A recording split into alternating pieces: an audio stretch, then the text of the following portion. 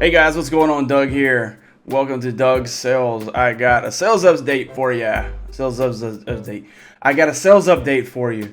And I know it's been a while since I've done a sales update, but to be honest, it's my own fault. The sales have been very few and far between because I haven't been able to put the time in to get stuff listed. So my amount of items that I have in my store have dropped dramatically, and starting 2020 I'm really just gonna ramp this up and get things going again, hopefully, so I can have more frequent sales update for you guys. Today we have a lot of vintage items I'm going to show you, and I'm going to tell you why I picked them and show you how much they sold for, and also show you the tags in the vintage items so maybe you can find them when you go out thrifting on your own. That is, if you're interested in vintage items. I hope so, because that is one of the things we focus on here on this channel, is picking those rare vintage items that normally you might not notice. So I want to try to help you see those. I'm not a professional though. I'm not a professional. I do not claim to be. I don't claim to be an expert, but I have learned a little bit as I've gone on this thrifting and reselling journey, and I'm just sharing the knowledge that I've learned to hopefully help you on your journey as well. As you see here on the screen, this is a vintage 1990s Buffalo Philharmonic Orchestra Europe Tour sweatshirt. That is a mouthful. But anyway, this is a shirt that I just believe, like in the beginning of my thrifting, maybe somebody that's a beginner at finding stuff to sell, you're gonna pass right by this because there's nothing special about it. There's really not. There's nothing special about it. And it sounds boring. The Buffalo Philharmonic Orchestra sounds boring to me. I'm sorry. Knowing your tag right here, this is a 1990s Fruit of the Loom vintage size tag, and the little American flag here at the bottom really makes this one pop and makes it stick out. It's very noticeable, and it is one of the more common ones you will see in the thrift store, mainly because it's from the 90s, so you'll see it more.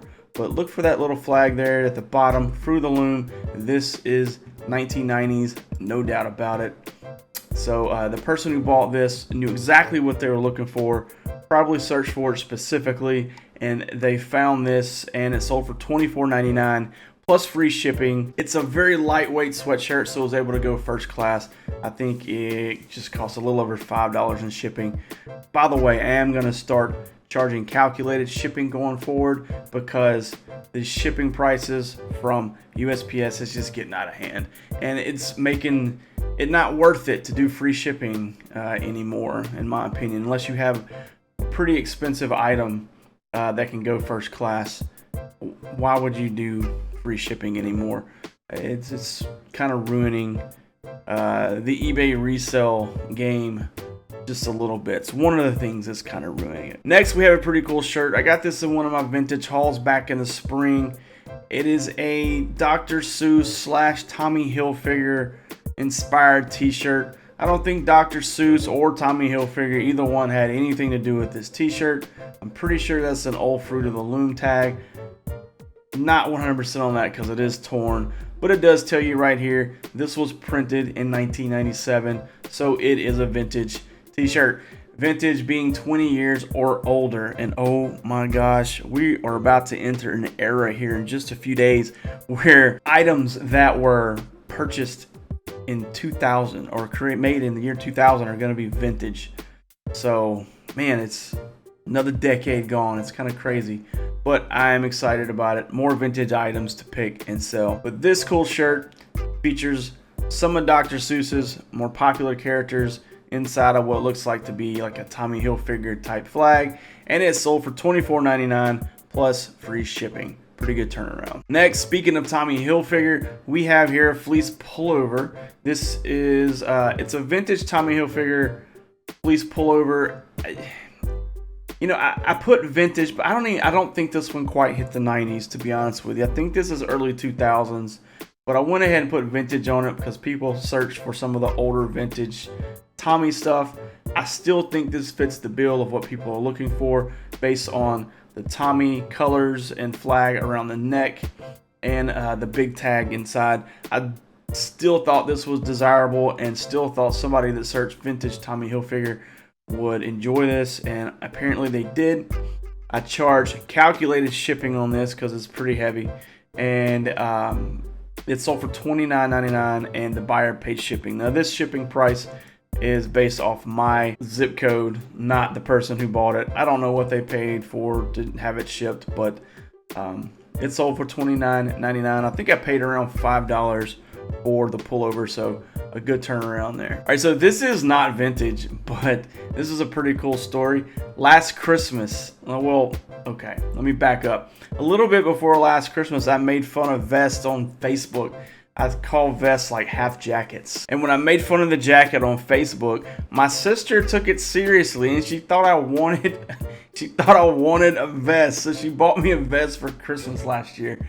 And I didn't have the heart to tell her that I just don't like vests. So nothing against people that wear a vest. I just personally don't wear vests. So I sold it on eBay. $25.99 plus $3.99 shipping. So I still got some Christmas money out of the deal.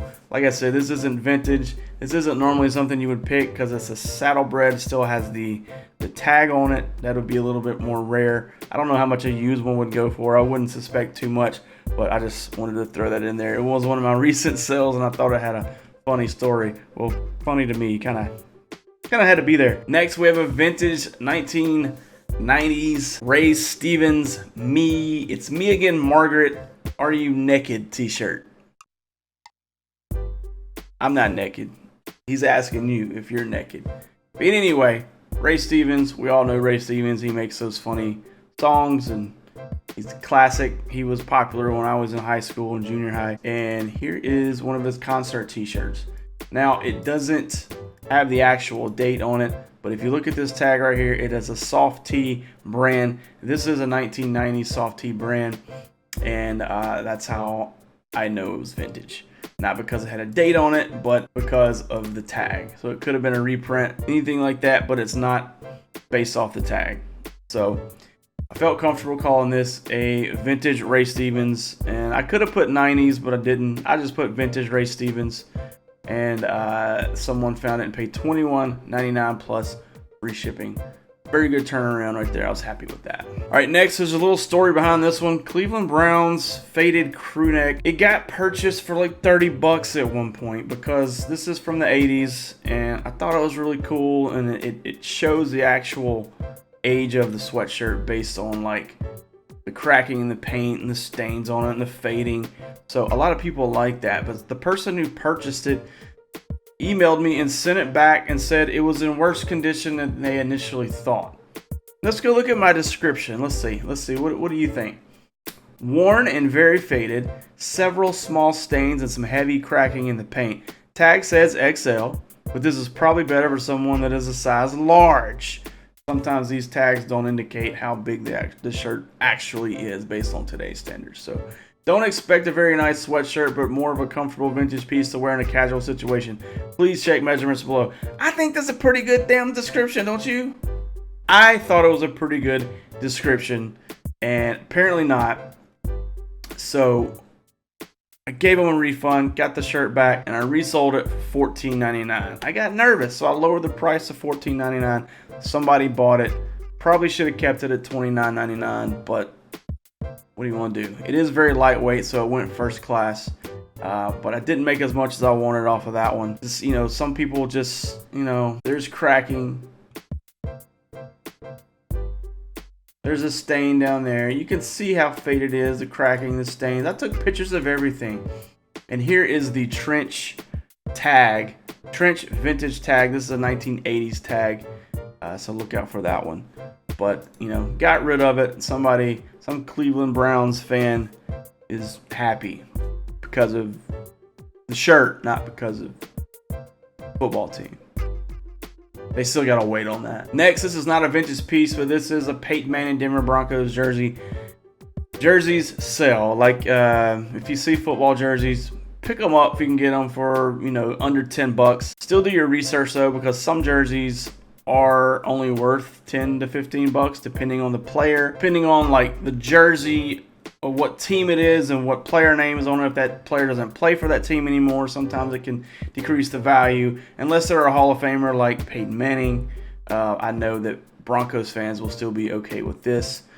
Even the situation of a player can really hurt used jersey sales as well. So do your research on these. If you can get them for under 10 bucks, go ahead and grab them. Some thrift stores really bump up the price of the jerseys. But I found this one for about $5 and it sold for $29.99 plus $4.99 shipping. Next, I think this is a very cool shirt. This falls into that category of, I believe, a t-shirt that a lot of people will just flip like past really quick and, you know, not think anything of it because it just looks kind of plain and it's not much to it. But this is a vintage, I've got 80s on here, vintage 80s San Francisco Golden Gate Bridge t-shirt. The more I think about it, I don't think this is an 80s t-shirt. I don't know why. Does it have 80? It's got 1988 right here. Yeah, it says 1988 right here. That doesn't necessarily mean, and this is where you need to learn your tags, and I guess I got confused on the time I was listing this, but knowing your tags will tell you this is not an 80s t-shirt. Just because it says copyright 1988 here doesn't mean the t-shirt was made in 88.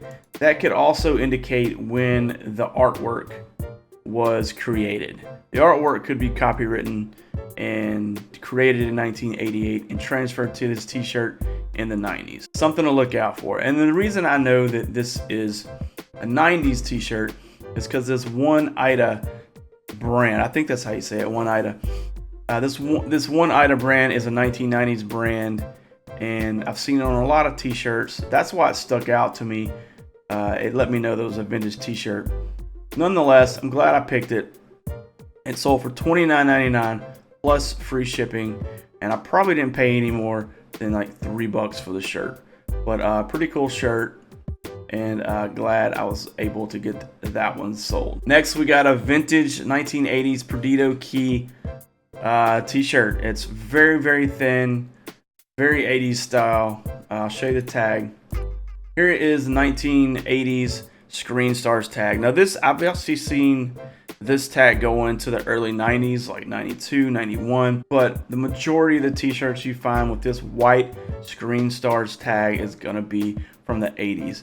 And then they transferred to the black Screen Stars tag. You'll see that one pretty frequently too. It's one of the more common vintage t-shirt tags you'll see in the thrift store, Screen Stars. So remember Screen Stars, and you'll see the black tags. But when you come across the white tags, you got something that's probably got a little bit more age to it. Pay close attention to it. And 9 times out of 10, you're going to bring those home with you. But this was a real cool shirt. Very, very thin. This is right outside Panama City, I do believe, Perdido Key. I've been to Panama City, and I remember seeing the Perdido Key signs. It's like 10 miles from Panama City. Super thin. You can see how thin it is. Also a great indicator that this t-shirt is from the 80s. I was able to sell this one for $14.99 plus free shipping. Wish I had a price a little bit higher, but nonetheless, probably paid $1 or $2 for the t-shirt, and we got it out for $15. So good sell. All right, here we go with a Buffalo Bills Drew Bledsoe jersey. This could be vintage, could not. So this tag on the jerseys is late 90s, early to mid 2000s, like early to mid 2000s, around that time. So I wasn't sure. I could have thrown vintage on the front of that and it wouldn't have mattered. But so okay, I'll tell you this is why I know it's mid 2000s, because Tom Brady took over for Drew Bledsoe in the early 2000s. Am I correct? Yeah, like early 2000. And then he went to the Bills after he played for the Patriots. Just football knowledge tells me this isn't vintage. I still could have put vintage there just because it has some age to it, but it's not technically a vintage one. Bills fans did like Drew Bledsoe, so I knew this jersey would sell. Unfortunately, it wasn't selling for as much as I wanted it to, but I was able to get it out for $19.99 plus free shipping. I think I paid like $3 for the jersey, so good sell there. All right, here's a t-shirt. I'm kind of kicking myself on this one because I went through a panic mode at one point to where I'm lowering my prices because I think people aren't buying my t-shirts because they aren't lower. I think people aren't buying my t-shirts because they're too expensive.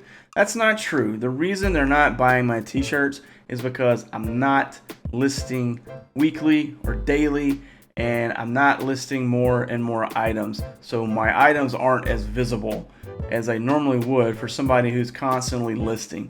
That's why I'm not making sales. Not because my t-shirts have too high of a price tag on them. I think I had this one listed at $24.99.